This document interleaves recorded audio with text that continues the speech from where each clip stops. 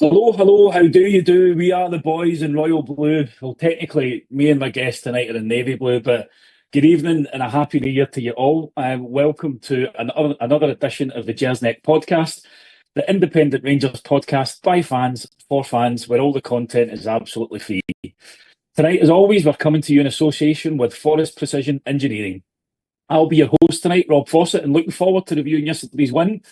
No mauling, in fact, an absolute humping of that mob across the city before previewing our trip to Hibs on Sunday. I'll introduce my guest in a minute, but before I do that, I'd encourage you to visit the Gersnet website. Not only do we have our main website with a host of quality articles and online museum, but it also hosts our popular forums, which are a great place to keep up to date with the latest Rangers news and discussion. Now, tonight, as always, we are live on YouTube, and we'd ask that you continue to spread the word amongst your friends and family, share the pod on social media, subscribe to the channel, as well as stop by the forums and join in the chat there too. Now, I need to give another mention to our partners over at Forrest Precision Engineering. They're a Glasgow-based engineering company who have been a big commercial supporter of Rangers for a number of years, and we are delighted to have them supporting the pod. If you want more information about them, please visit their website at www.forestprecisioneng.com. They also have a stunning executive lounge in the Ibrox main stand, and you can get more information on that by emailing the club at hospitality@rangers.co.uk. Right, now to bring in my guest. Joining me tonight is the young to my yang, the OG of the Gersnet stable, the one and only Mr. Alec Anderson. Alec, great to have you on. Happy New Year. And how are you feeling after that little event yesterday at Ibrox? Oh, I'm not bad. Not bad, Rob. I hear the motorbikes that go up and down the canal, the young boys that go in the scramblers and that up and down the canal. And last night I was like, I couldn't get to sleep for hearing them. I'm thinking there's no police coming in here. They just don't get the money at all.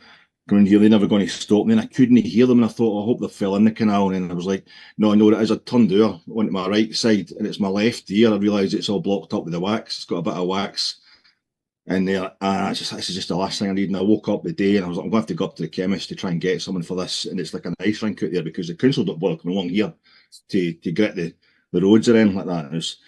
And I thought, I'll just get a shirt on. I put on a new shirt, and I'd washed one yesterday. I put a whole load on the other day and it was ready and it was folded up and all that. And it looked clean, but I smelt it and it was like stinking of BO. And I thought, all I do is podcasts. All I do is pod. And what I've done the other day is I forgot to put the pod in with the washing up liquid into the washing. I've done a whole load. It's a waste of hot water. It's a waste of electricity. It's a waste of the heating as well to try and get that. A waste of my time hanging up that whole, because you hang up in the house because the weather's been absolutely terrible, so changeable recently. And I just thought to myself, Rob, is there anybody else in this world? Is there any other group of people out there that could possibly be feeling worse about the last 24, 36 hours than myself? I mean, maybe about 3 o'clock yesterday afternoon, maybe somebody out there has had a worse time of things than myself this last couple of days. I don't know, but if there is anybody out there who's been feeling a bit worse than us, I'd just like to raise a wee. Oh, it's the Bushmills, it must be Irish. As I was walking over the Cork and Carrick mountains, I saw nothing and I heard nothing because it's really, really quiet out there with the kind of Irish contingent. I mean, we've been getting so many views, so many guests, so many guest viewers and subscribers for the last few weeks, and then suddenly, just nothing. It's desolate. It's just going to be you and me and the 25 Rangers supporters that actually watch podcasts. We're set tonight, Rob. It's absolutely fucking magic. Cheers, mate. Happy New Year to yourself. Happy New Year to everybody at Gersnet, and Happy New Year to the Gersnet and the extended Rangers congregation out there in this big, beautiful blue planet of ours. Here's hoping 2025 continues the way it started. Cheers, folks. Absolutely, and how to follow an introduction like that, but it's great. It's half of them probably don't even know what a washing machine is, Alex. So you've probably educated a few, to be honest, tonight. So yeah, you need to have one to be able to wash your clothes in it, which is a good start. But you've gone dark. You've gone dark. It's a dark load I had on as well. So that's a bit fine. You don't want to mix them your white. She'll stain them, but then they're used to grey taps anyway. So it's all right. We can at least poke a bit of fun and let's revel in it, to be honest, because absolutely, mate. Absolutely. I think before the game yesterday, it looked like trouble was coming to find us. Obviously, Tav being out injured, Butland having that freak injury, we're struggling to get two fit centre halves. And I don't know about you, but I was I was dreading going to the game, thinking that our defence at the best of times isn't the most solid. Never mind losing Tab and Butland, but how are you feeling going into the game yesterday? Before we even saw the starting lineup, and before we got to all that, what were your thoughts before getting to Ibrox for the game? I think you realise that you've been just kind of pushing it all down, pushing it to the back of your mind. When it got to the point, I didn't realise Raskin was captain until 2 minutes into the game. We're defending those first couple of corners, and I noticed he's got the armband on. Oh, aye, because I'd obviously been trying to block it out. You're just watching the news coming in, as the days were going on. It's Tabs dropped to. Oh, Butland's out now as well. I know maybe we had a few problems with Butland recently, but just in terms of authority and confidence in the team, and as you say, we've had enough problems with defence, the centre halves, and it's becoming like the drummer in Spinal Tap. It's just you're playing centre half for Rangers. You're going to get injured. You're going to be found dead, having choked on vomit. But it's one of these. I didn't realise, and it's because I was kind of avoiding it. You're wishing everybody a happy New Year and all that, but I think I was enjoying the New Year celebrations like in a private, were personal, domestic New Year celebrations with the family and what have you. And I just got to a point where I blocked it out. I blocked out the incoming bad news to the point where by the time I got to the game yesterday, I hadn't, because the ice and all that, and the car window and stuff like that, I hadn't had time to do my usual routine of checking the team, because I can be at Ibrox in less than an hour for mine, so I just check the team usually before I'm leaving.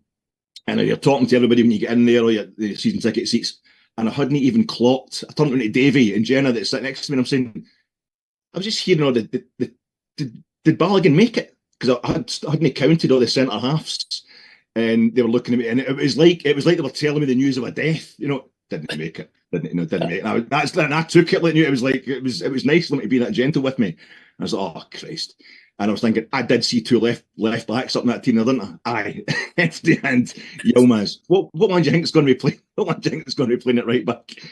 Are they going to do their thing, Hefty and Yilmaz? Well, they got the left foot. Are we going to go somebody else at right back? It didn't know what was happening at all. So it was not looking good. I think it's easy to say now. You've really got to fight the after the fact stuff. Yeah. When it comes to these things, a lot of people out there, myself included, oh, I knew this and I had a wee feeling about that. I didn't have a wee feeling about anything at all, but I think you do know for kind of football history, especially the old firm, that it's the very moment that you think things are at their darkest, it's when it can turn. It was so odds on that Celtic were going to win this game and win it handsomely yesterday that it's almost inevitable that it went the other way. It's been a long year with the form book not in any way going out the window, but it was great to see it happening yesterday. But I think, as we'll probably go on to discuss, there was little elements of this. It was no accident that Rangers won that game the way they did, and it's been slowly coming over Clement's reign. Far too slowly for our liking, but it arrived big style and it's fantastic, man. I know it was good, mate. I mean, I did look at the lineup and took a little sharp intake of breath when you see that the back four effectively had three fullbacks in it. For me, I was hoping that Yefty would have probably been up against Maeda just because of the pace. But I tell you what, Ridvan, what a game he had. We'll talk about him in a wee bit later on. But I was a wee bit worried because it's at the best of times it's going to be a difficult game against some of the opposition. But having a player on the right-hand side that's a left-footed player, we've seen it when we tried to do that on the left-hand side with Sterling and stuff like that. It never makes it easier. I think the only other thing was that the kind of attack-minded players in there. I'll have to say I was probably surprised that Rami kept his place, but then I've thought about it since then, and you look at the way that he kind of nullified McGregor in the cup final, and that's the reason probably why he did start. I think he did play really well that day. So I think it was probably just the best that we could actually feel, to be honest. There was no many other players that could have come into that starting lineup, and I think that's testament to the team for getting that result and the manager yesterday as well. Yeah, I think it's also testament to I think Diomande tucking his shirt into his shorts. I think that just gave us a discipline that this hasn't been there. It was reminding me. I was thinking, who's it? What does it make me think of? And it's the Milan team. Showing my age, but it's the Milan team, or the 93-94 season, and they did that thing. I don't usually like white socks with white shorts for obvious reasons, but they would do that thing, the red and black stripes, and they would tuck the shorts, like Mauro Tassotti, and even Van Nistelrooy no Van Nistelrooy, sorry, Van Basten was injured that season famously, but it just always looked really tidy, and they had that kind of almost kind of militaristic sergeant major, really ripped looking, not a pound of fat on them, ready to go, very, very disciplined. And I think my favourite bit about the last season we won the league, 55, was the fact that we set a new British defensive record, 13 goals conceded. And that Milan team, 93-94, the legend is I think it's 15 goals they conceded in Serie A that season, albeit they might have been playing slightly better teams than we were playing during 55. But I thought that's just symbolically how much that meant to me. But through that whole season, just being really stingy. They based it in their two centre halves. They didn't score a lot of goals, but they didn't concede any. They based it on Alessandro Costa Curta, Franco Baresi, both of whom got suspended thanks to the world-class diving of Monaco's Jurgen Klinsmann in the semi-final. So they went into the final against Johan Cruyff's Barcelona dream team, with Stoichkov and Romario, and they just did no defence, and up against this team that's scoring goals for fun, and didn't concede that many either. And it's just going to come crap. This team's been basing it on defence all season, and so what they did was they just made sure that the ball didn't stay in defence. They just pumped it forward, and they let their midfield and attack totally annihilate. It was 4-0, only 4-0 that Milan won that game, and the greatest performance I've ever seen for any single football team in my entire life. But we came quite close. I might be getting a bit overexcited, but I think we came quite close yesterday. And Diamandi, there's wee things like that. I think that's what he's in there. He's looking more disciplined. He's feeling more disciplined. He's not going forward as much. He's keeping himself in there to help the central defence. Brand new central defence, and he's in there to cover for Raskin, etc. as he piles forward as well. And he just kept himself. And what I love about Diamandi, he's been lucky not to get sent off, I think, a couple of times in various Old Firm defeats in his time at Rangers, but it's through just a sheer hatred of the opposition and a total desire to win. And in a young player, you can obviously, he'll get the discipline, and I think we saw it yesterday, and it summed up the fact that there was just tweaks and a focus and an energy and a determination that they've obviously taken from that League Cup final defeat, and I think it's why they've just basically missed out the next 3 games. They've taken them as a kind of mental and physical break, and they've just thought, we need to beat this mob. We need to beat them. That's the focus here. And they were waiting for Celtic, and it was like almost like a trap. And the fact that they've lost Tav, they've lost Butland, we don't have Suter, did not. And if anything, it seemed to inspire them yesterday. And I just thought, we're absolutely phenomenal. This massive blue algae just smacking itself onto anything in green that dared to try and even look at. As brilliant as Radvan was, and for a man playing out of position, it was phenomenal. I think we're just cutting the service to Maida as well. We're cutting the service to everybody, reducing Celtic to punts over the top, through the middle, which any kind of centre-half partnership, as new as they might be, they're going to prefer that to anything else. And I just thought tactically we were perfect, mate. Absolutely perfect. Aye, absolutely, mate. And I think that probably kind of is personified by the first goal, mate. To be honest, because it's I think this really sets out the stall for the rest of the game. Hadji's working back from an attacking position to put pressure onto Scales. He's tried to make a pass inside that Raskin's got onto, like he did for the whole game. There's then a wee 1-2 with him and Bajrami. Raskin's driving forward, a wee back heel to Hadji, and it's a brilliant finish low into the corner that Schmeichel's got no chance to get his hand to. At which point, I think we all went a little bit mental. On a scale of 10, just how tonto did you go at this point, Alec? Well, my wife asked me yesterday, what was it like? What was the atmosphere? What was it like? And I don't know if you've seen the film, Sexy Beast, Jonathan Glazer film, Sexy Beast. And there's a bit where they're how did this job get set up? The big bank job they're doing, and who were doing this bank job for them? It's Teddy Bass, which sounds a bit like Teddy Bears, played by Ian McShane. And there's a scene where he goes to a big fancy party, and it's getting related by Big Stan, who is a real life London gangster. Stan that's playing it, and he's got a lovely London gruff voice. But it's, I'm not going to go into. If you've seen the scene, you know what I'm talking about. He's telling Ben Kingsley the party that was party in the Bishop's Road, wild party, orgy, camcorders, cocaine, arses, wanking, spanking. It was like ancient Rome, and I thought, yeah, that's pretty much what it was like. That's what it was like in there. I think fluids were getting exchanged. People were just upside down, stuff like that. It was absolutely phenomenal because I've got that thing where We managed to. You're talking about Bajrami doing so well in the League Cup final, having their number, knowing the man to target, knowing when to pounce, when to move. And we got that first goal. That was a big thing. It was like, we can't get the first goal in all firm games. Well, we got it that day. They need to get. But we managed to get the second. But it was getting the early goal. It was, you think about Maeda scoring after 0.2 seconds in the 3-each draw at Ibrox last season. We're in there and we're getting the first goal again, but this time we're getting it early as well. And you've summed it. I think that goal sums up the perfection of what they did so well yesterday. Those three players, and Raskin's in there, he's breaking up, he's tackling, and Bajrami, I don't think will get the credit, as much credit as the rest of them yesterday, but the wee tiny, almost imperceptible layoff, we kind of 1-2 with Raskin. Doesn't matter how quickly the ball's breaking, what way it's going, he's sharp. He's a class act. He's got the street smarts. He's got to announce Syria, lays it off, and I think Hadji, that two-footed thing where he can he can sweep across a box. Left foot, the first of 3 left-footed goals yesterday, and it's a guy we still don't know, I don't think, whether he prefers his left or his right foot. He's done that so many times, kind of 1-0 wins during 55, what have you, against St Johnstone, against Kilmarnock, but yesterday, Carter Vickers through his legs, I think it's slightly blocked it. At the time I thought the shots, it's too slow. It's a trundler. And when it went in, I was thinking that's the keepers were probably a bit slow there, but I watched it back last night. It's the placement and also probably getting it through the few bodies in front has blinded Schmeichel to it. It was sensational, mate. It was what are we talking about? It was great. I really enjoyed it. It was, mate. But I think the thing that I really liked was the fact that we then didn't sit back.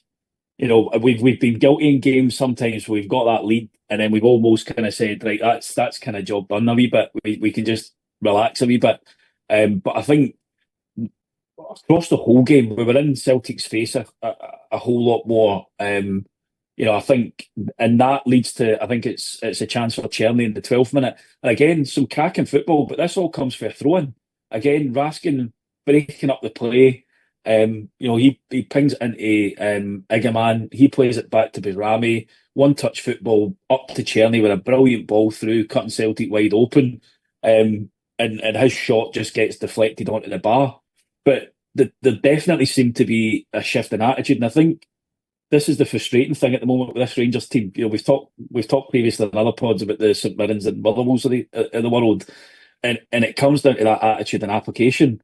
If they can take the performances against Celtic in the cup final and yesterday and Spurs into those types of games, then there's a fantastic foundation that we can build on for that. And it's that attitude that I think a lot of fans have got the question mark over. So it's really important now that they believe not only can they beat Celtic because they've just proven it yesterday, but actually when we go to these games, we need to treat them like we're playing Celtic and show that same attitude and application in every game from now to the end of the season. Right, I think that's the problem, especially when you're still, and it's a rebuild. It is a rebuild, a downsize, whatever you want to call it. They'll try to find another way, less money to be able to do this. And I think it's like Newton's third law of motion, and it was emotion yesterday, a third law of motion, and I think we'll experience the reverse from Hibs on Sunday. They had a wee bad result against St Johnstone, for example, almost like they're focusing. They've been on a great run, and they're focusing on the big one they want to win, Rangers at home. And I think we've had to do that because we're coming from behind. We're coming from a position of, in front of everybody else, but we're not in front of the big one. I think you can imagine the reverse scenario yesterday where Chris Boyd is sitting. We have beaten St Mirren, played really well against St Mirren and Paisley. We have played really well and beaten Motherwell at Fir Park quite easily by having our best players out there for the very start, playing to the maximum. And then yesterday, it doesn't happen. We've not got that kind of inward legs. And Celtic, the patter we're getting from them, they had a couple of corners within the first minute or so, and you're looking at there's been the same old pattern. Eventually panning out of the year 2024 Old Firm games. But Chris Boyd would have been telling us at the end of the game, I love Boydie, I'm not having a go at him, but there had been that thing of, well, there's no one, that's 8 Old Firm games they haven't won now. You can beat all the St Mirrens you want, you can beat all the Motherwells you want, but until you overcome Celtic, until you can prove as a Rangers manager that you know how to beat Celtic, that you've got their number, you're never going to win anything, And it has just been Celtic between us and trophies. The last 3 trophies, in the couple of cup finals and pretty close in the cup finals, but also a bit further ahead of us in the league.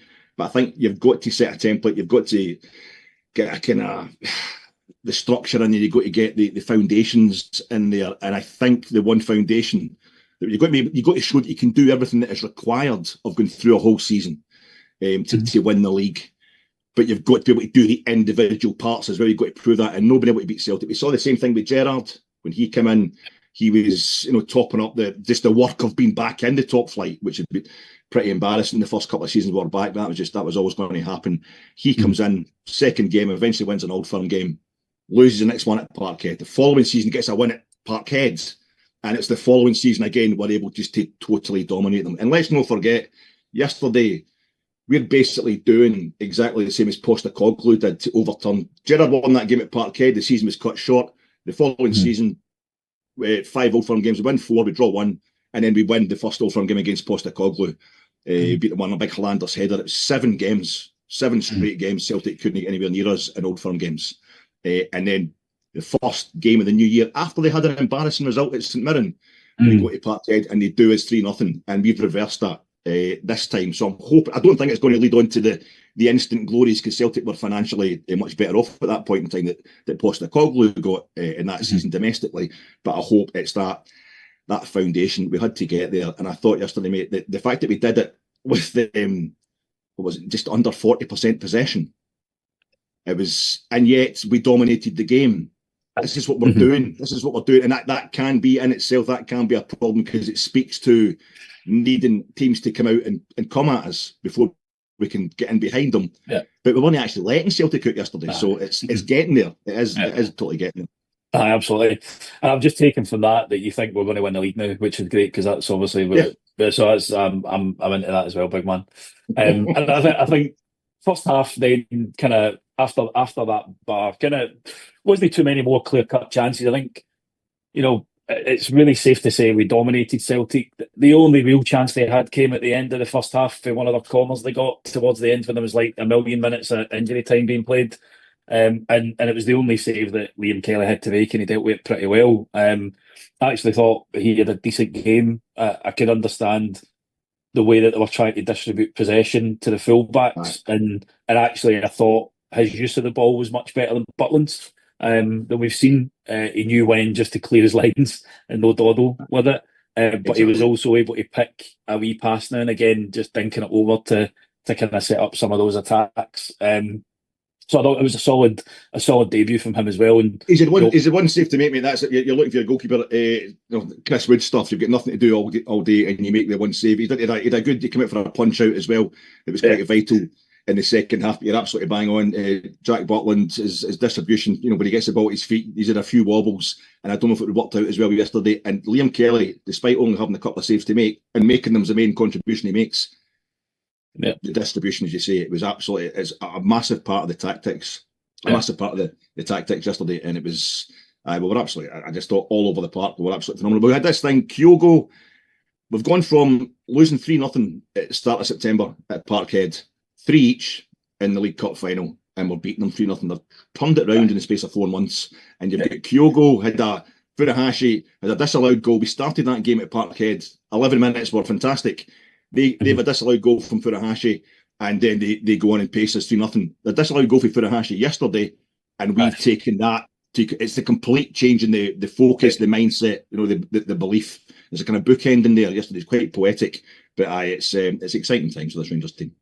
Absolutely, and I think that was the only time we really looked a bit rocky, was at the start of that second half. There was a couple of balls you could see they were trying to get it into Kyogo a lot quicker, and actually it was Sterling who initially covered proper for that, because I thought the position was far too wide, and Kyogo was just running through the middle, and I had a near heart attack thinking that was going to be it. But Sterling, bit of turn and pace, boom, covered it. He did something similar with another through ball to Kyogo.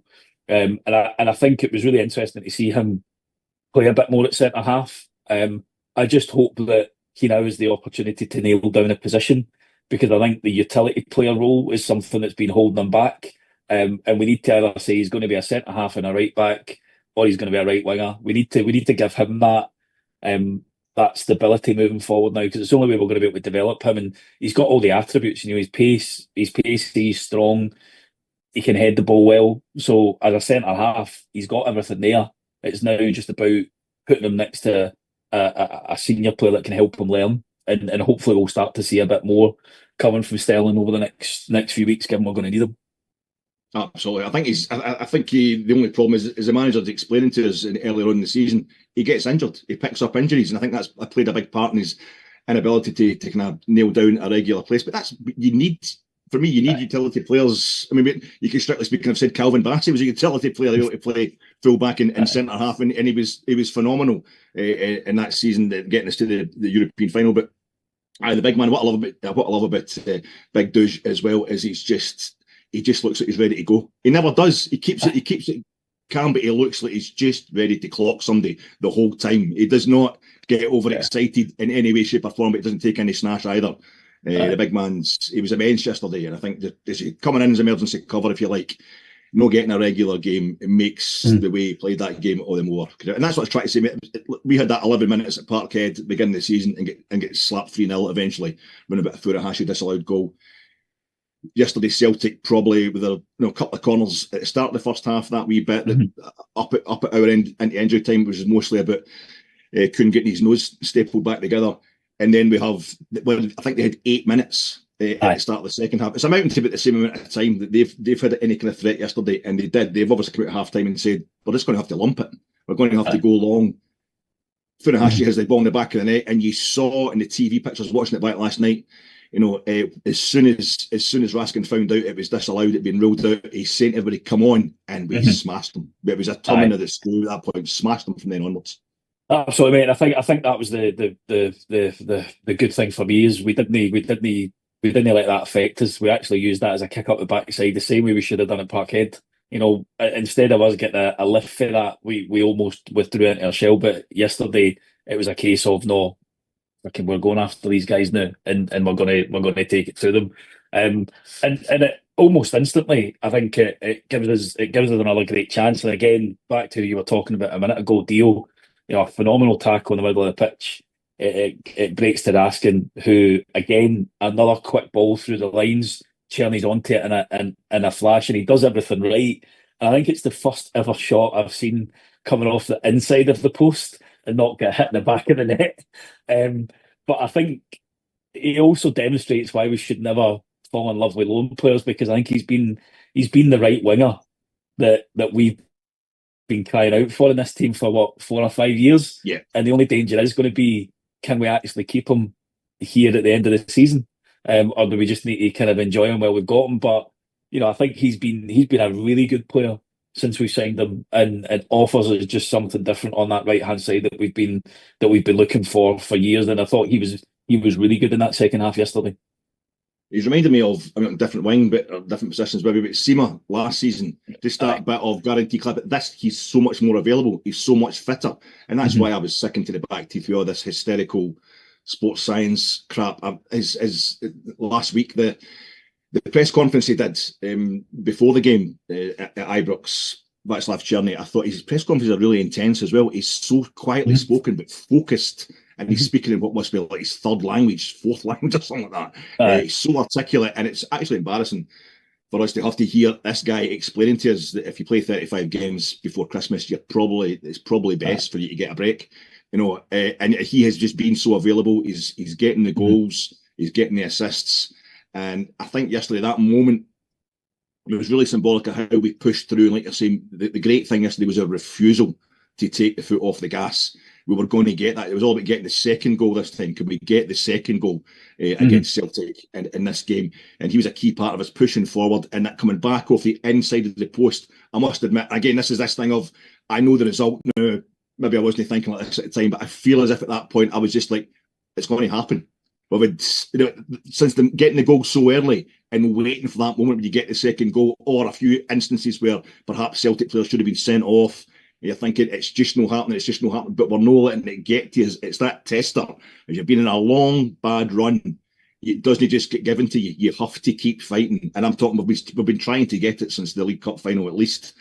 And the heartache of that and what have you. And it was, we didn't at any point think, okay, it's just not going to happen. It was like, this is happening. We're going to make this happen.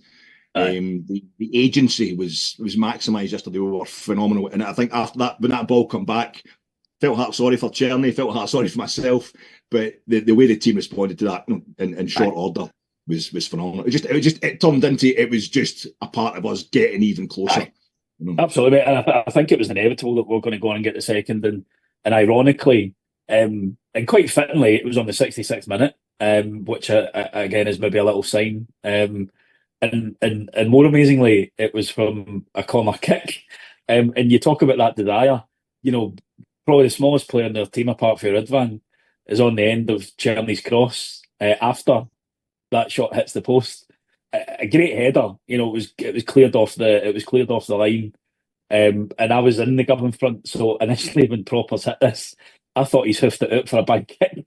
I was a bit until I seen until I seen the net ripple, and then I literally just grabbed my son by the neck and just started going absolutely mental. But I think for me that could be a reference moment for Propper, and I think yesterday he played really well. I think we're always going to be anxious when he gets the ball and he takes his time, because obviously he's used to that in the Dutch league and stuff, and it'll take him a bit of time to adjust to the speed of game here. But I thought that was probably his best performance for us, and that was a really important goal to get as well. And it was great to see Raskin with that drive and determination that he got onto it, and we'll cover him in a wee bit more detail in a bit. But I was pretty pleased for Propper to get on the end of that, actually, because I think it'll give him confidence and it'll give him some goodwill with the fans. Aye. And I think his celebration said a lot as well. He was like, yes, he's like, no, you have slagged the shit at me. I'm just going to just let you absorb the fact that I have done this here. And I think Propper again sums up what we were talking about earlier. We need to be able to repeat this level of performance all the way through the league season. He maybe sums up the fact that he can get ragdolled and traumatised basically home and away against St Mirren, but against in Europe. And then he would come on the League Cup final for Balogun. He's coming off the bench at that big talk the other night. I think it was a characterisation by certain people on Sky TV or whatever that he wasn't ready to come off the bench. Didn't want to come off the bench against St Mirren, which was it's basically slander. But he managed it okay in that League Cup final, and I was so happy for the big fella yesterday. I had no idea. Only when I watched it back in the telly last night, in a more calm state of mind, nearly bloody missed it, like you said. And is that, I think, what he was doing, because it's the Dutch, like they're just they're too chilled, they're too cool. He's done that thing where it's like when you're taking a penalty and the keeper goes and stands to one side to try and put you off, so you hit it to that side. The Celtic have offered them the whole of the left-hand side of the goal to go into. Nah, I'm going to put it through the two E's into the right-hand side netting. It was absolutely brilliant, and I think you're spot on. I noted that as well. I just looked up to see how long it to go now. How long is it to go? I saw at that point it was 67, and I thought he scored that, and that's 66 on the 2nd of January. And it's the wee man wearing the armband. He's not scored the goal. But we've got the statue. I've seen that last night to folk at the front of the main stand. We've got the statue, the memorial to 2nd of January, and the captain in that one is wearing the armband. To see the wee man get up there, I think I'm going to I think you're a tall fella yourself as well, aren't you, Rob? I'm just over 6 foot. I mean, I used to play pub league badly, but I used to hate a wee guy if I was trying to mark a wee fella, because they can put it's one of the biggest kind of misunderstands, I think, in football commentary. It's the weeest man in the box has got the header, but it's usually because the ball's been put in about chest height. So as somebody who's like 6 foot of that, you're like, if I try to knee it, it's going to be a penalty. If I try to chest it, I'm going to put it in my own net. So it's. But he get right in there in the middle of that box, right in front of a lot of them, and power that in. It was an iconic kind of leap in the air header. It was right up. He scored the goal, but it's like Derek Johnson jumping over Davy Cooper's shot into the back of the net in the 1977-78 League Cup final. It's as iconic a moment as the guy that actually puts the ball in the back of the net. And at that point in time, having been like, we need to get the second goal first. We need to get the second goal first. Like a big hypocritical, worried to death bambot that I am, straight away. We're going to need to get a third just to make sure. No, I think I was the same, mate, to be honest. But I appreciate you calling me tall, mate, but I'm only about 5'8", so unfortunately I'm a wee short ass. So yeah. So you'd be a nightmare. You'd be an absolute nightmare for me when it comes to the corners. And then we didn't need to wait too long before we got the third, and it was great because it was another fantastic move. Again, Yefty anticipating the pass in, intercepting it, and breaking down that left-hand side, driving towards the Celtic goal.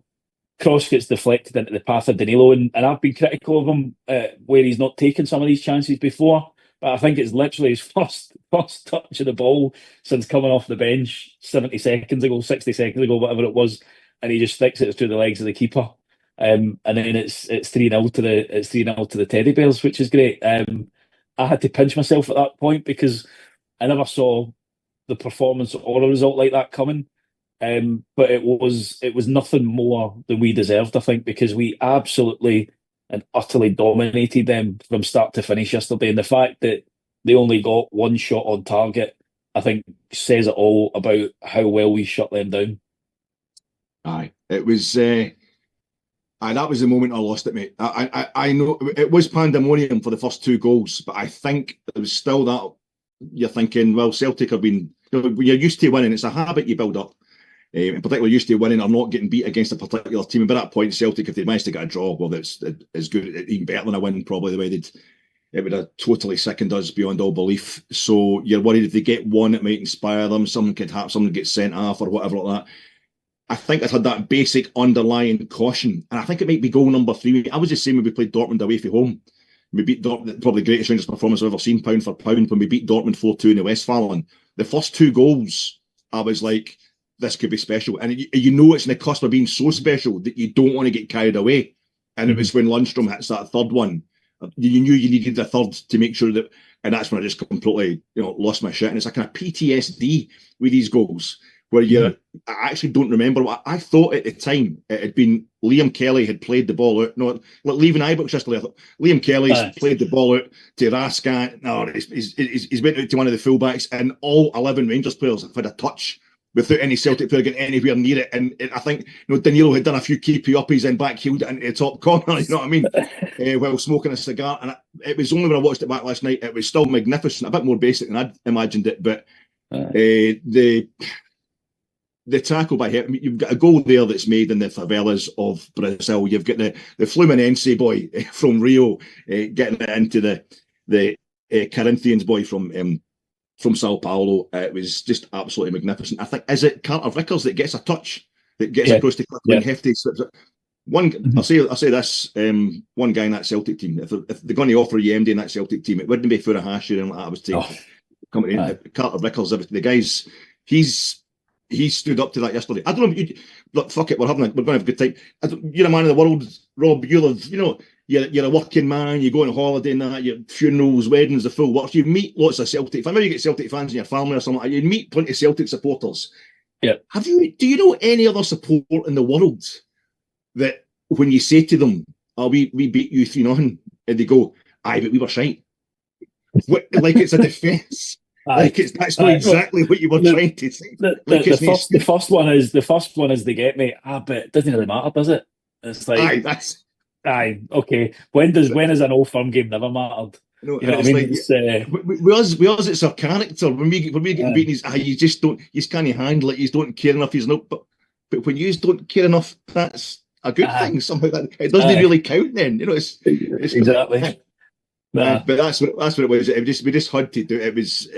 I think the way that goal gets swept into the back of the net, and I was just all over the place. I totally lost it. That was when the tears started flowing, and I wasn't the only one. It has to be said. But 3 left foot finishes, absolutely gorgeous. And I don't know. You've all seen.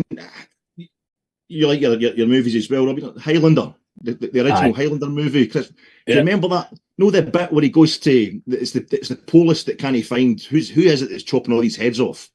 Mm-hmm. And they go down to the little hot dog cart. It's a tiny wee scene. They go into the wee hot dog cart, or the wee guy selling drinks and snacks in the street that they know so well because it's just outside the precinct on the corner of the street outside the police precinct. And the 2 detectives, and the guy's reading the New York Post, the hot dog vendor, and it says on the front. Well, what he does is it's the case that they can't find the Highlander. They can't track him down, and he's going, "What does incompetent mean?" He's winding them up. What does baffled mean? And I woke up the day, I couldn't even remember what film it was. I was thinking, is that Trading Places? I knew it was a film for the 80s that I'd seen a few times. What is that film? Because all I could think was, what does the fewest shots you've had on the opposition goal since Opta Stats began mean? What is the most shots you've had, on your own goal since Opta stats began mean? Just absolutely dominated them beyond all belief. And that was a game that needed a coup de grace, a classic, counter-attacking sweeping move. And it was lovely. It was lovely. And it was needed to hammer the point home that we can reverse this trend. Absolutely, mate. And I think it was great. And I don't want to get negative, but I think I do need to talk about some of the decision making from the official during this game, because it wouldn't be an Old Firm game without some questionable decisions from the officials. And I think we got more than a few today for Don Robertson, to be honest. I mean, I was on the opposite side of the stadium for the first one, which is unbelievably no action being taken yet again on Mr. Johnston for his elbow into the back of Yanis Hadji's head. And it wasn't until after the game that I saw it. And I can't believe that he wasn't given at least a yellow, never mind a red card potentially for that, because you can quite clearly see he raises his arm up towards Hadji's head. If that was a striker going back that way, we've seen them being sent off. But why it's not even, meets the threshold of a yellow, I've got no idea. Usually or when I say usually, I mean, back a few years ago, I would always be, won the game, we don't want to be like them. We don't want to do that thing of try to, but Celtic have been doing this with Old Firm games where they've been winning them. It's almost for them, it's a kind of mending the roof while the sun shines.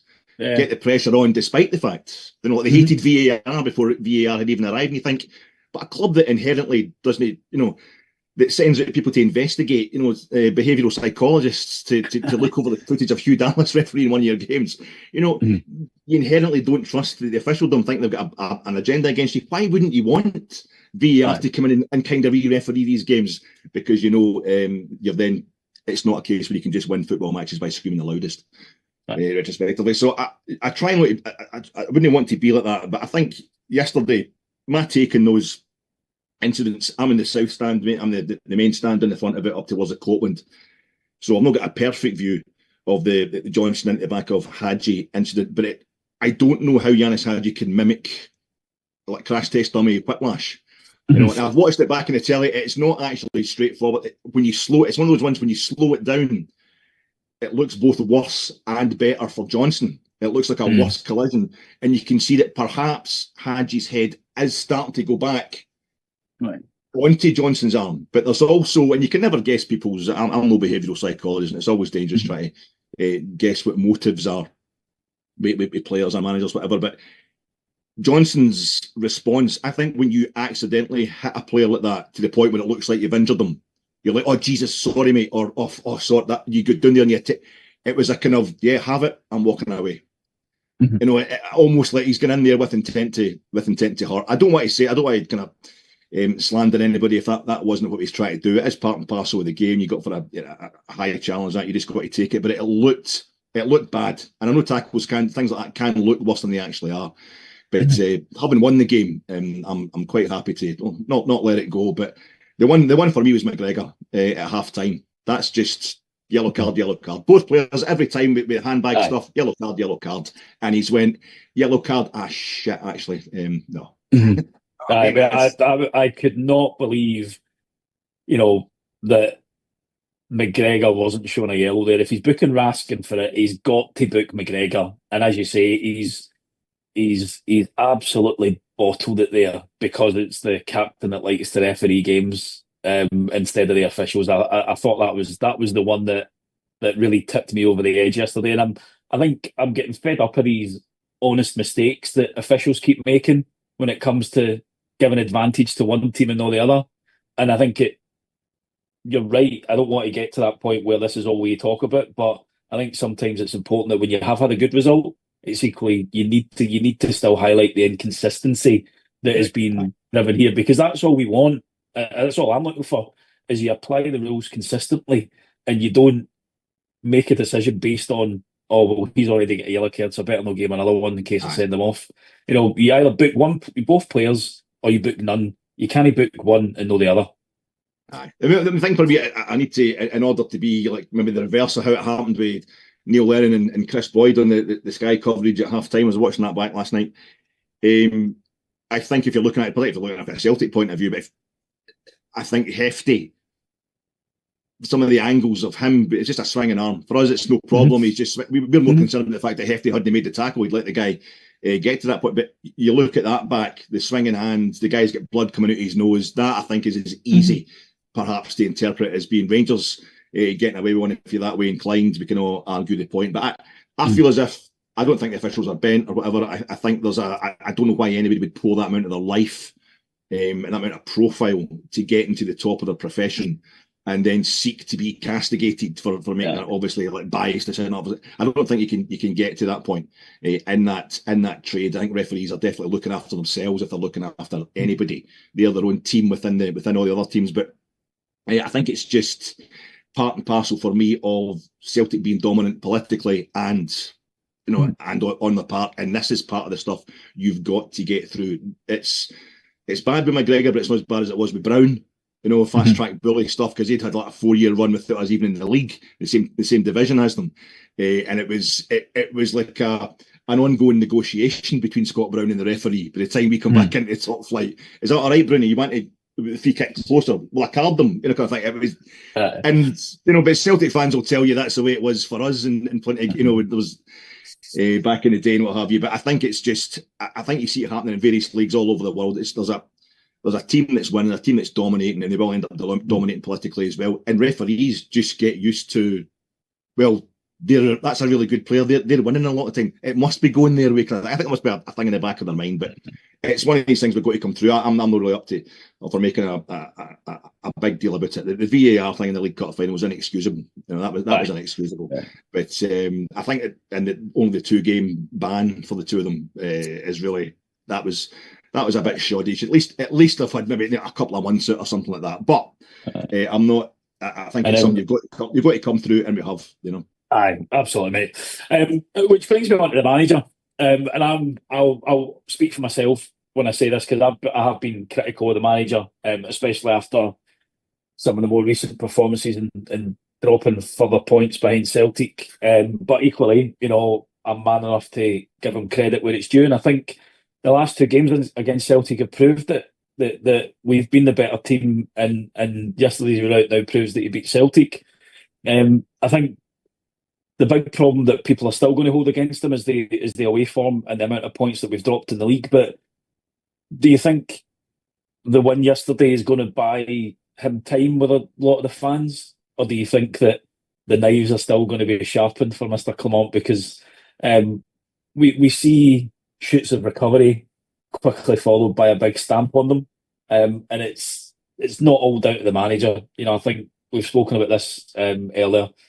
Attitude plays a lot of part, and players need to perform when they go into that pitch. Do you think the fans will now give him that time at the end of the season, or do you think it's just going to be a case of every couple of weeks when we have a bad result, everybody's going to want to rip it up, burn it down, and not give him the support that he probably should get now? Aye, well, you know what it's like at Rangers, Rob. It's always going to any kind of. But sometimes a win, there's not enough goals. It's not a comfortable enough win can have everybody wanting to burn the place down. It depends on your starting position, I think, with Clement. And for me, it is, if I'm honest, I'm in a situation where I still don't really know for sure. I'm inclined to believe in him. I'm inclined to, but then I'm one of the. I go that way. The minute you put on the blue blazer, and the minute you become an employee, I just love you.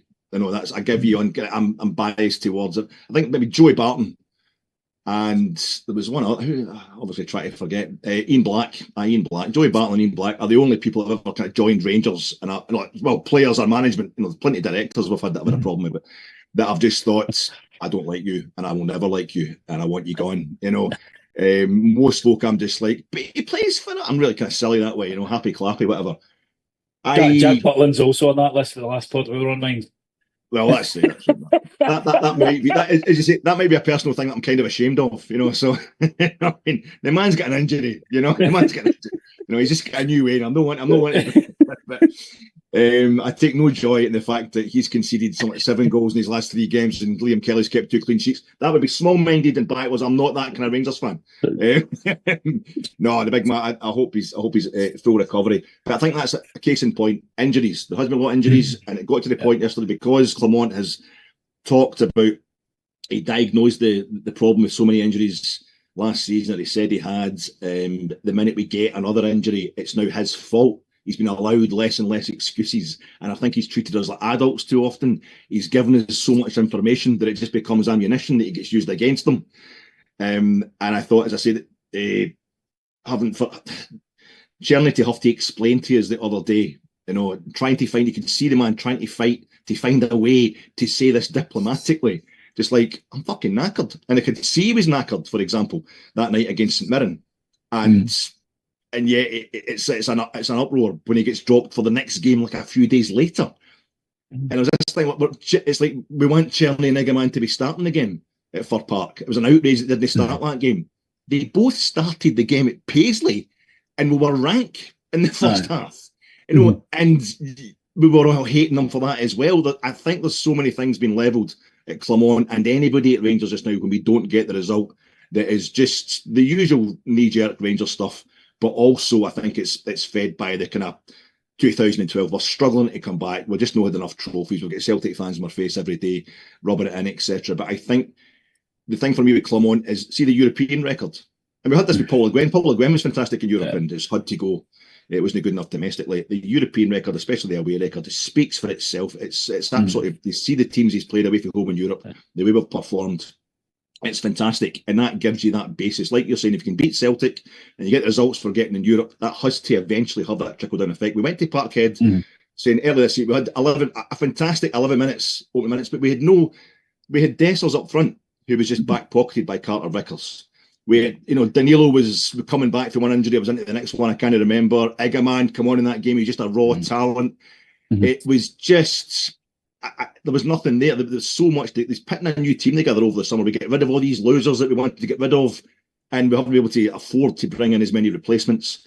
So for me, he's working with a kind of skewed squad, if you like. He's not got the kind of materials there to work with properly, Clement. But I think he loves the club. I think he loves the idea of being people. If you want to be cynical, he's getting the money in it, he's getting the wages. Of course, he wants to stay here.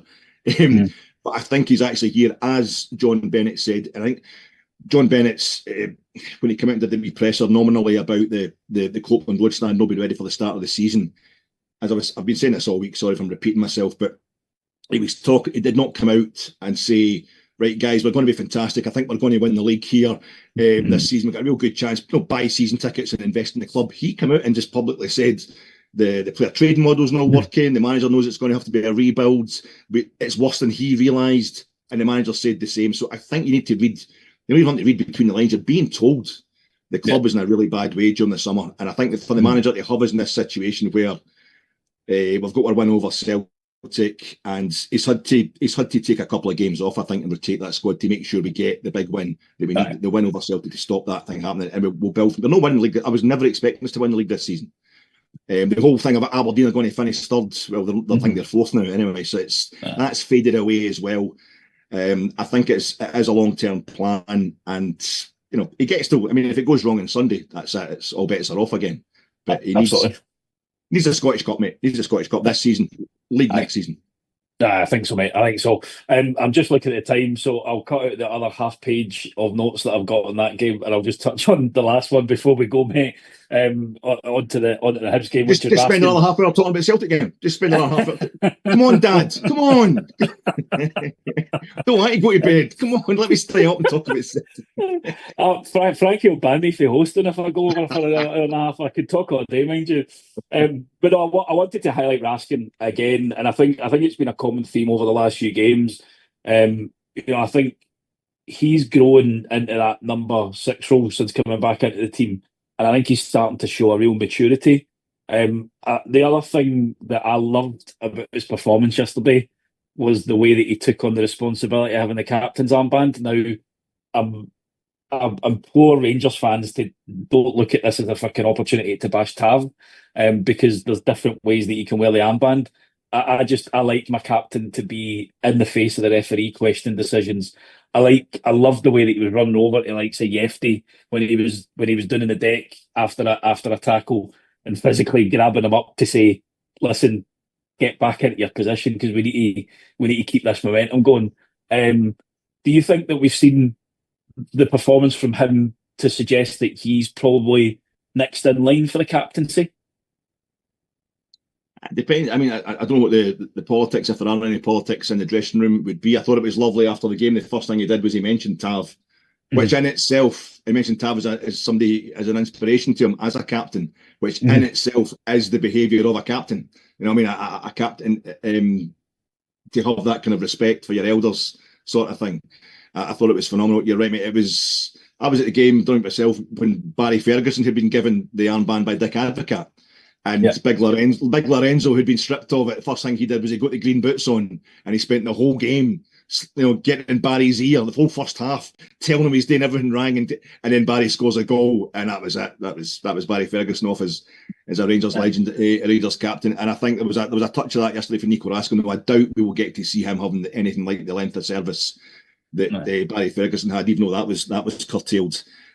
Because if he keeps playing the way he's played the last 2 months. And it's just been the last couple of months. He's gone. He's gone in the summer for tens of millions, and it's been an absolute privilege. But he was lovely yesterday, and that's the thing that keeps everybody happy. We've got the people who seem to think Tav is at the root of all our problems and that. So he wasn't playing yesterday, so everybody's happy. The people that don't like Tav can say, well, that's why we won. And people like myself that love Tav, but we just enjoy Rangers winning.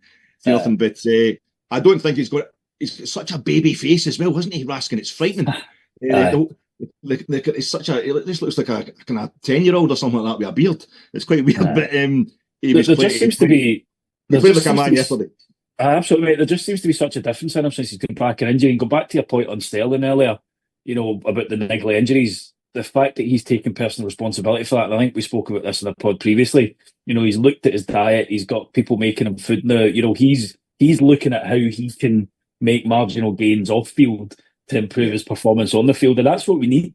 We need more players like that in the squad, setting an example. Even though Raskin's still quite young, but setting an example to Sterling to say, I had niggly injuries, I was in and out the team, I didn't get settled, but you need to start looking at what you're doing off the field in order to improve how you're going to perform on the field. So, I think for the games that Tav isn't going to be in the team, because we know that he's got to be rotated and managed a little bit more now that he's getting a little bit older. I'd much prefer to have a Raskin captain the team than a goalkeeper, regardless of whether that's a Butland or a Kelly. And I'd like to see him, take on more of that responsibility, even when Tav's back in the team. Because I think I'm instinctively against goalkeepers being just through the distance they've got to cover to get in somebody's face. It lets you get running up to the guy, get a real head of steam, and you're going to go in there and get yourself sent off by the time you arrive. I think that the thing about Tav's captaincy is overblown. I think we had the whole thing. I remember after we get beaten in the League Cup final by Postecoglou's Celtic, I think when Beale was still the manager. There was an interview with Postecoglu in the telly, and he said they were talking about Callum McGregor, how great he was and all that, and all these trophies he's won compared to how many Tav's and not won. And Postecoglu said, well, he doesn't shout and ball. He's really quiet. He just leads by example. And that's what Tav's been doing. But I think Tav's a lot noisier and a lot. He's in folks' ears and all that. And I think when you see Raskin getting interviewed post-match, he just sounds like he sounds like a kid. So he's not any more frightening a presence in the times that it doesn't count. When you're off the park and what have you, he leads by example, Tav, I think, all the time. But I think Raskin, I wouldn't want to, if he got the armband, better to give him the armband a la Brian Laudrup in '97 to make sure he stays. It's part of the deal, because if he keeps on this upward curve, he's going to be going for millions. He's been phenomenal the past couple of months. Absolutely, and that brings us to man of the match. Who was your pick of the bunch yesterday? I think Yilmaz has got a really good shout because of what he did, and he's playing on the other side of the park. He's playing out of position. His contribution was phenomenal, and it was. I think Hadji also phenomenal. But I think between Yilmaz and Hadji, talking to Lorenzo, talking to Big Amo. It was that thing where Amo, I think he scored maybe 2 direct free kicks in his whole time at Rangers. But when he got the first one, he was taking every free kick going afterwards. And I think Yanis, he got that goal yesterday. His dad's been staying with him for Christmas. He runs up to the main stand and he points up and he says, "Go home. I'm sick of you slagging my Brussels sprouts, having the heating up to 35 degrees. I'm sick of it, Dad. Piss off. I'm sick of sight of you." And I think he was shooting constantly after that. He's taking his lead for that goal. But I think it has to be. And I'm not going to say the name until I just slip in one more quick anecdote. I was at the game at Hillsborough during Euro '96, where Croatia beat Denmark by 3-0. I was in the neutral section, which was full of mostly kind of Sheffield Wednesday, Sheffield United, Leeds United fans. And when they scored that iconic third goal, Davor Suker chips Schmeichel for the edge. Brian Laudrup was playing that night as well. The whole the wee English section, the hate man, you would have gone, Schmeichel, what's the score? And he turned around and he was like 3-0. I was like, fair enough. So I've seen both him and his dad getting 3-0 put past them, which made me feel like, and I've seen Yanis Hadji's dad playing for Romania and playing against Rangers at Ibrox, and he's doing the business yesterday. It's pretty old. Nico Raskin, mate, I don't think getting the armband on the day and just leading the way, setting the tone like a total captain, like a total boss. He was phenomenal. That would have been my pick as well. And we go to Edinburgh on Sunday to take on Hibs. And you'd mentioned it earlier, they are in good form. I think it's 13 out of the last 18 points. David Gray's just won the December SPFL Manager of the Month award for that form. I guess, are we hoping that the Manager of the Month curse strikes for Hibs and that the next game after the award is a handsome defeat? Absolutely. I'm just. I think it's the form. I think they must be the form team actually in Scotland right now. I mean, it's quite interesting that Rangers and Celtic now suddenly all this talk about Celtic being so far ahead of us, and they are on points because of what they did in the early part of the season. But we're both last 6 games, 1-4, drawn 1, lost 1. Us and Celtic. But Hibs, I think, are the form team, mate. And the thing we've got a great record at Easter Road, great record at Tynecastle because they always come for us. They've got a big enough support that makes them come at us, and we can get in behind them. I hope they've got a bit ahead of themselves with their form just now. And it's all about us, mate. We've got to make sure, as we know, get that first goal, get the second goal. So that's as important. Get the big win, follow it up, augment it, solidify it. And because we've got Dens Park coming after that as well. So yeah, it's just get out there and get it done, Rangers, however you can get it done. And then the small matter at Aberdeen coming to Ibrox as well after that. So that'll be an interesting game. Yeah. Yes. They were trying to stay in the top 6 by that point. Well, hopefully, mate. There's nothing like a visit from the sheep, so I'm sure it'll be an interesting game. Just quickly on the starting 11, we're probably still going to be out with Suter, Balogun, Tav, Butland, maybe. Do you think we'll stick with the same team, or do you think we'll see a bit of rotation in the squad? I'm assuming we're not going to have anybody else we can play in defence, so the defence is probably going to stay the same. But do you think we'll see a bit of change, or do you think, given the backlash that Clermont's seen against the likes of St Mirren and Motherwell, do you think he is going to go, right, if they're only capable of 45 minutes, I want the first 45 and we need to try and get a lead? I think as much as I need to rotate the squad, I think what's happened to us in those 3 games, because the 3 games in the build-up to the 3 straight league games in the build-up to the Spurs and Celtic games in the League Cup final, and we won a lot of them, didn't concede any goals, scored something like 10 goals, because we're focused about getting into that. And I think it's become the target. Celtic, the draw, that League Cup final, we need to beat them. And I think it's led to us just dropping, not caring, but losing focus in the next 3 straight league games leading up to the next Celtic game. Now that we've won it, I hope it's a case of it's a weight off the shoulders, and everybody that was playing it, we just basically start with the same team yesterday. I've not heard the injury updates yet. I don't know how everybody's getting on. If we get anybody coming back, but I would, at this point in time, reward those players. I would prefer to see the same starting 11 and let them go and do it again, Rob. Absolutely, mate. I would agree with that.